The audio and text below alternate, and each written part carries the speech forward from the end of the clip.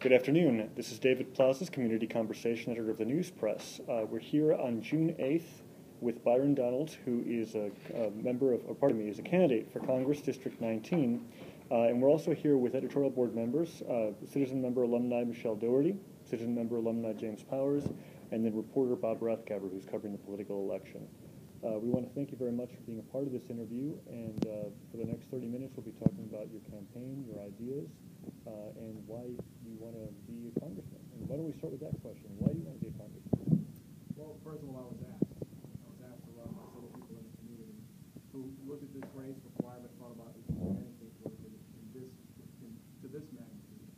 And secondly, because I think we have to have champions for liberty.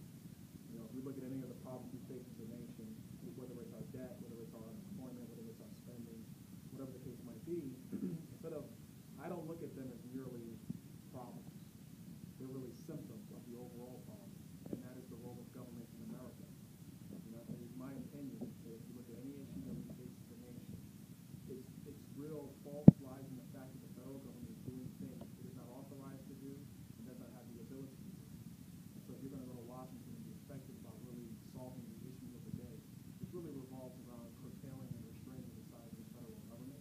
You have to have that mindset first and foremost, and you have to be able to articulate that to all voters, not just Republican voters and not just Democrat voters, but to all voters, so they have a clear understanding that limited government is crucial to the survival of the nation. What are your thoughts right now regarding the criticism that Congress is polarized, it's divided? How might you be able to address the situation if you're elected to Congress? Well, Congress is polarized and divided because we're really that close to the precipice.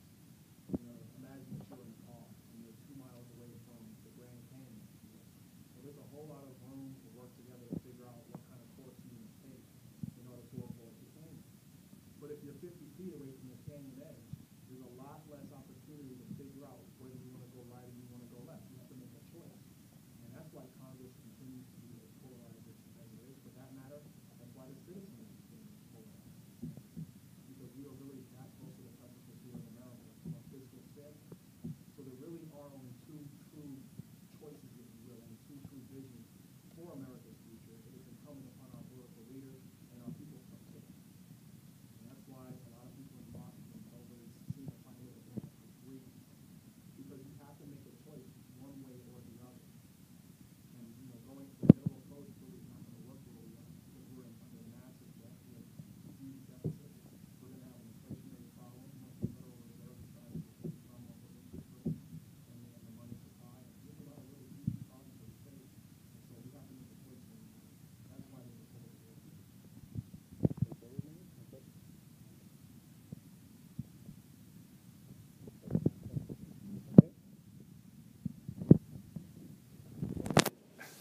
You're running because you've been approached by members of the community. Mm-hmm.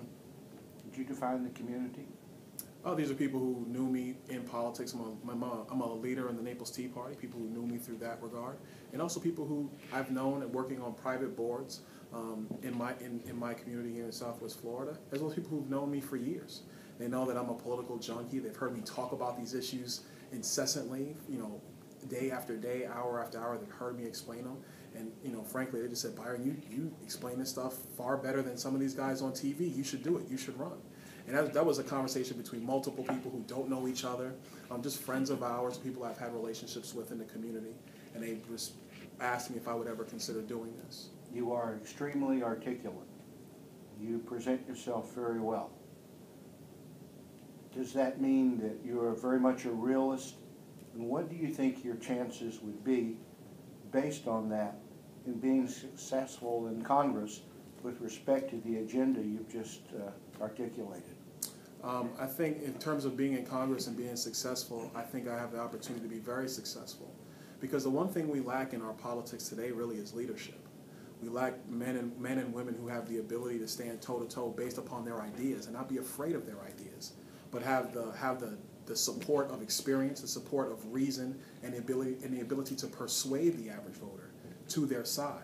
I think that's why there's so many of our fellow citizens who are in a great gap of I don't knows in American society. They don't really know what they think. They just think a lot of things are wrong, but nobody has come to the fore and said, here's where we are, here's how we got here. This is the path forward to preserve this nation for the next 100 years. I have the ability to do that. I think that's been highly demonstrated in this congressional race to this point. I think it's pretty much without question that I'm the most articulate candidate in this race. I think that's been documented time after time to this point. In terms of my chances for winning this election, it's really bodes well for me. You know, this is a packed race. Really, there's no political playbook for this kind of race. I think that your average voter and most citizens are, quite frankly, they're tired of the status quo. They're tired of seeing the same people time after time and the same interests move into positions to win political races. I think we're at a time in American society where it's time for the average citizen to get a crack at this thing. Really how it was originally intended to be in the first place. Thank you. Okay, Byron, you mentioned your the Tea Party, but you are a registered Republican. Yes, ma'am. You're running as a Republican. When did you register to be a Republican? I registered in 2010. 21? 2010, 2010. Okay. Were you a Democrat before that? Yes. Okay, you changed party. All right, the other thing, the Tea Party has some dissimilarities compared to the Republican Party. How do you sum those up when you're running as a Republican? Because the Tea Party doesn't always agree with some of the Republican principles and goals and so forth, so I was just wondering how you mesh that. Well, it's my view in politics that choices have to be made. You know, the current civil war in the Republican Party, if you will, is really between a lot of people in the old guard of the party and the newer people in the Tea Party movement who want to go a new direction. And that's going to be something that's just going to have to be found to, somebody's going to have to win in that with that regard. I think for people who are long-term Republicans who believe in the Republican Party, we'd only have to look at what happened in Wisconsin 2 nights ago, or what's happened in Nebraska, or what's happened in Indiana, what happened in 2010. The move of the people, if you will, the move of the base of the party is towards conservatism. I think that's without question.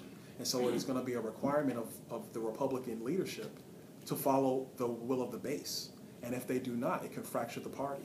With regards to me, I believe that we need to continue to push forward the agenda that the people want to see. And I think it's been most clear with Scott Walker's re-election under the recall election. It's clear that the people of Wisconsin have had enough with big government.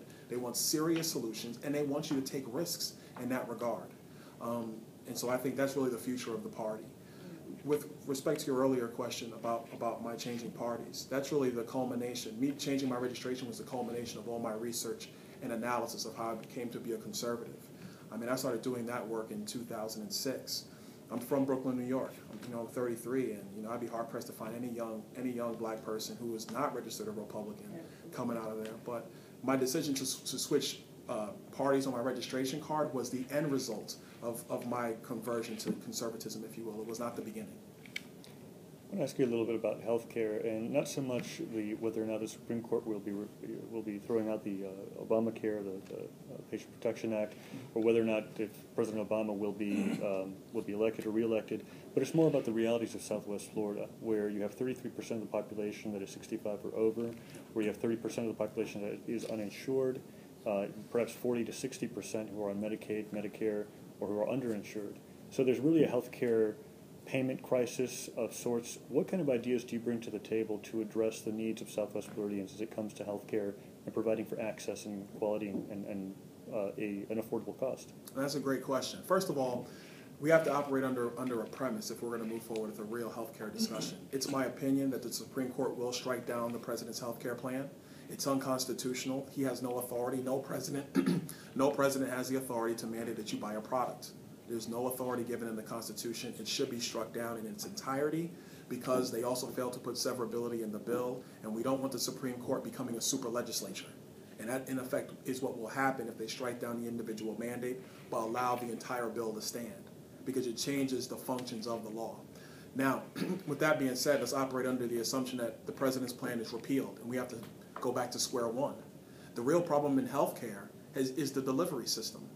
Since World War II, we've operated under a situation where it is the employer's responsibility to provide health care, as opposed to the individual purchasing health care with their own dollars and their own resources. Milton Friedman, who I'm a huge fan of, Austrian economist and winner of the Nobel Peace Prize, he famously said there are 4 ways to spend money. The most efficient way is when you spend your money on yourself, because you have more care and concern for those dollars. However, the most inefficient way is when you spend other people's money on other people. Because if you're spending my money on Bob over there, what is it to you how my money is spent? For that matter, what is it to Bob how my money is spent? And so that's a basic economic principle that we have to allow to happen in healthcare, which has not happened since World War II. Let me explain even further. I have my cell phone. The reason why this cell phone continues to be better year after year, the reason why I can go on Facebook, Twitter, I can play Angry Birds, I can watch Netflix, I can do 100 different things with this, fully customizable for my own interests, is because I buy it with my own money. And because Motorola, because Apple, BlackBerry, or whoever the manufacturer is, they want market share. And they know that they have to design the best product at the lowest possible price so that you, the active consumer seeking your own interests with your own money, will buy my product. That's the economic principle we have to bring to healthcare. Because if we have people buying insurance with their own money, seeking their own interests, looking for the best product at the lowest possible price, they will look for a policy that is best for them. And the insurance companies, they want market share as well. And so that's what they'll do. One quick moment.